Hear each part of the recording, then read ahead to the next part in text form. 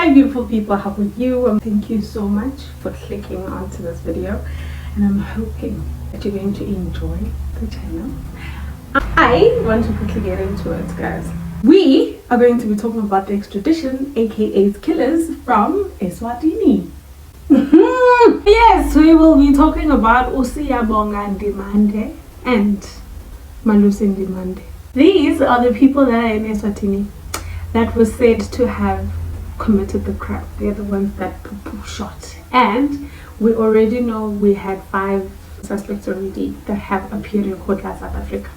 So today they went to court in Eswatini. They're going to court so they can basically understand like what is supposed to happen now, because we want to be extradited, but we are running away because we're afraid of South African police. So this is the assumption. They don't have a problem with coming back to South Africa. No, it's not a problem, but the problem is how do we come back to South Africa? And can you please try by all means to make sure we are not under the care of police, the SAPS basically. In actual fact, take us to jail. When we get there, take us to correctional services. They will be the ones to take care of us. Number one, guys, these people are very knowledgeable. They ran away, yes, because they know, and they know they did whatever they did. But they are so knowledgeable about the processes, about who's what where. I am saying this because they know it does not exist for you to skip the SAPS. Because who's supposed to arrest? SAPS arrests. Correctional service corrects. So we are expecting them to be expedited to South Africa very soon. However, they made 4 demands on condition. We will be extradited on condition this happens. On condition. This is basically literally what they're doing. I think they do know they have the upper hand because this thing is very publicly spoken of, publicly publicized. Yes, because it's a known person. So they do know as well how much South Africa wants them. Like they're so desperate to have these people come back to South Africa so they can do anything, or they can basically just play around with the law. If it means the law, South African law has to be changed for them, so be it. Yay! We are going to see things here. So the 4 conditions. The first condition is, okay, Buffet 2, we are going to come back to South Africa, but you need to make sure that we are expedited in a very safe manner. Guarantee our safety. So basically what they're saying is we are not leaving Swaziland until we know we are going to be safe when we are expedited. That's the first condition, which is fair. I mean, obviously it's fair, especially considering why they are saying they ran away from South Africa to go to Swaziland, because I mean the family members said 8 of the family members, others were killed by policemen, so they don't trust, the family does not trust policemen. But it's interesting how there's certain things, guys, that you can't run away from, whether you trust or don't trust. If you're living in South Africa, you need to live by the law, and in order for you to have a choice, don't do crime. That's the only way. Don't do crime. Anyway, so the second condition is to make sure that the process is going to adhere to legal standards, right? That's the second condition. The third condition is they are requesting for local police to be visible during this transportation. So I don't know if the local police is meant to be Eswatini police or South African police. However, they want them to be present and to be seen basically during this transportation. And then the fourth, they are saying they want preference, and for them to be held in a correctional facility due to their safety, as mentioned. Guys, do you understand that? They're saying we would rather be held and assisted, or maybe this whole extradition process would rather be done for us, right, by the Correctional Facility or the Department of Correctional Services instead of the SAPS. But now the problem is, how do you do that? You're basically saying we know what the law is in South Africa, but we are choosing to say because we have the upper hand and we know you want us back, do what we want. And the problem is what? Clearly, it's highly possible that the law has been doing what they want for a very long time. The problem now is it's very public.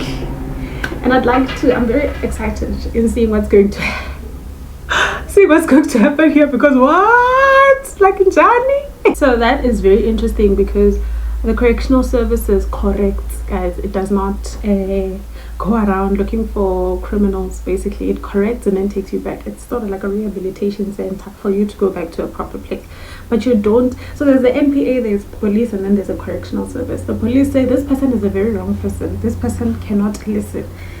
Look at the NPA as a parent. Nah, this person does not listen. Can you please try? They come, the police come with evidence, enough evidence to explain that this person does not listen and this person needs a hiding from the parent, right? The parent being the NPA. The NPA is the one that says, okay, in this home we have legal standards. In this home we do not jola.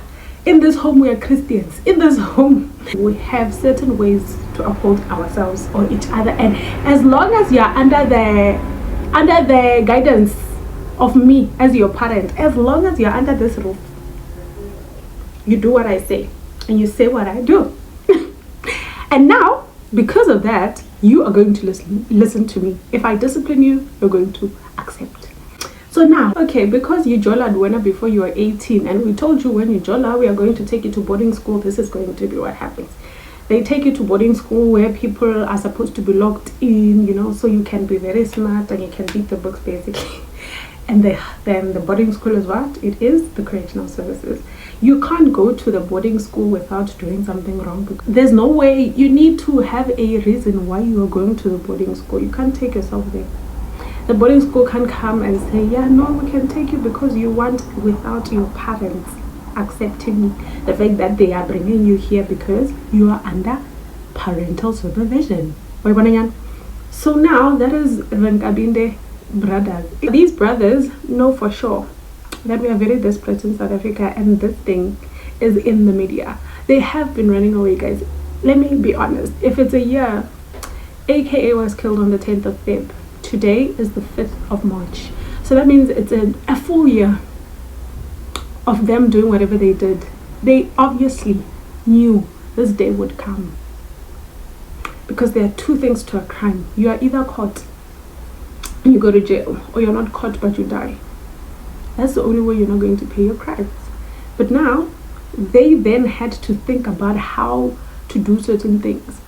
When we find them and we realize you are the ones that killed, this is what they would want to do. Okay, so I was watching the news, and there's a legal analyst, Barry Elton Hart, who was on the news. He was basically talking about quite a number of things that I thought were very interesting and want to talk about today, guys. Yeah, for context and understanding.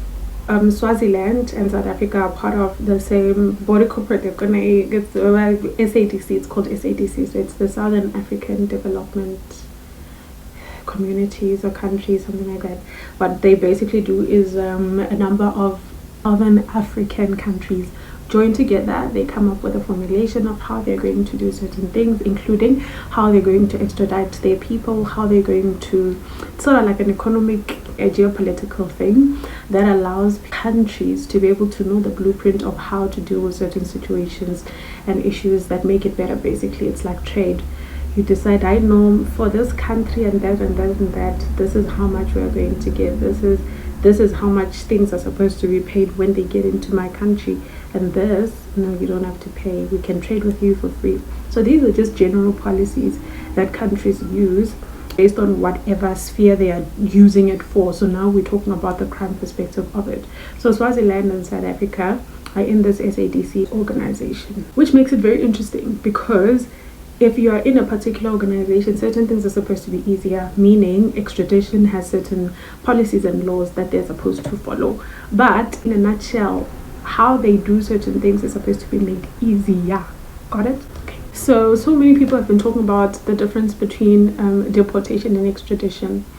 And others were saying, because these two brothers are apparently meant to be legally entering Swaziland, they should definitely be deported immediately. But the problem is deportation is not as safe as extradition. Extradition goes through the courts and you are accountable to certain things. Deportation, they can put you in no man's land and they run away. Obviously, others will say they won't run away because they will know that there is deportation. But that's the problem. It then defeats the purpose of what deportation and expedition is. So that is why, if you remember the case Yanandipa, when she came back from Tanzania, it was a huge thing because they said, we are not deporting you, we are extraditing you. This is according to her, which is true, because there's no way you're going to deport me to a police and then not give me a chance or a choice. Deportation is they put you in no man's land. You decide, I don't have to go back to South Africa because you're deporting me. The problem here is I am in the wrong place. Just take me wherever I need to go to get out of your place. But expedition comes with a lot of accountability and safety. So because of the safety, the brothers, remember, mentioned the fact that they feel like they are not safe, and they ran to Swaziland because they are afraid they are not safe. And the police have obviously placed them in such a very hard situation that made them end up going to Swaziland. So safety is a problem, and that is why they assuming extradition is the best option. However, it's not supposed to be a problem because of SADC. South Africa and Swaziland are common countries that are within that organization that is allowed to make these processes way easier. Got it? We spoke about how the lawyer is unable to come to South Africa. You need to have a permit. But the problem with that is there are certain limitations that limit him from doing certain things in South Africa, even with a work permit. A quick example is these people are saying, no, we don't want to be held by the police. We want to go straight to court and then go to correctional services, basically, for them to take care of us. It's not necessarily a guarantee that they're going to be safe. I'm assuming it's just because they know the proceedings and they understand that their life is in danger, and based on what they are saying they have been through, they feel like that is a better option. But for the lawyer, not everything he does, even with a work permit, is going to be him being able to access South Africa and do every single thing for them like he would in Eswatini, which I would personally assume they need to get someone else. Maybe the lawyer knows other people, but at the same time, if that is to happen, that is a lot of money. Because, got it? A lot of money. And if it's a lot of money, are they in a position to pay for it? If they are, then we should ask, who is paying for everything? Because these two brothers definitely cannot be paying for every single thing that is going on. Who are they protecting?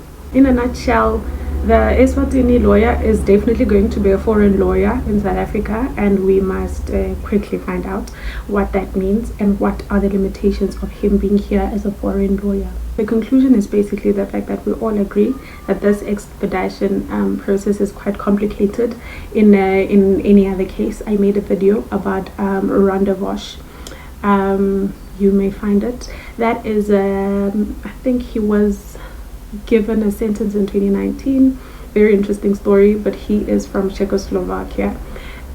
I think it's important for us to stay in the loop and look at what is going to happen. I find it very exciting and interesting because I'm trying to figure out what the expedition process is going to be, what this lawyer is going to do, what these two people are going to decide to do, because all that has a lot to do with who is funding them, their money, where they were living. And remember, there's that one person that ran away that we don't really know where he is as yet.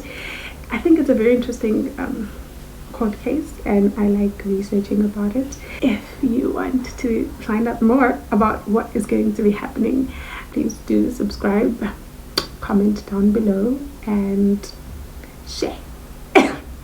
I'm definitely going to try by all means to make sure I respond. I really like this, and I really hope you also like it and understand it better regarding where we are in the process and what the South African NPA, the SAPS, and the Correctional Services is supposed to do based on what their responsibilities are in this current state. Thank you so much. And yeah, this is me, signing out on, allegedly.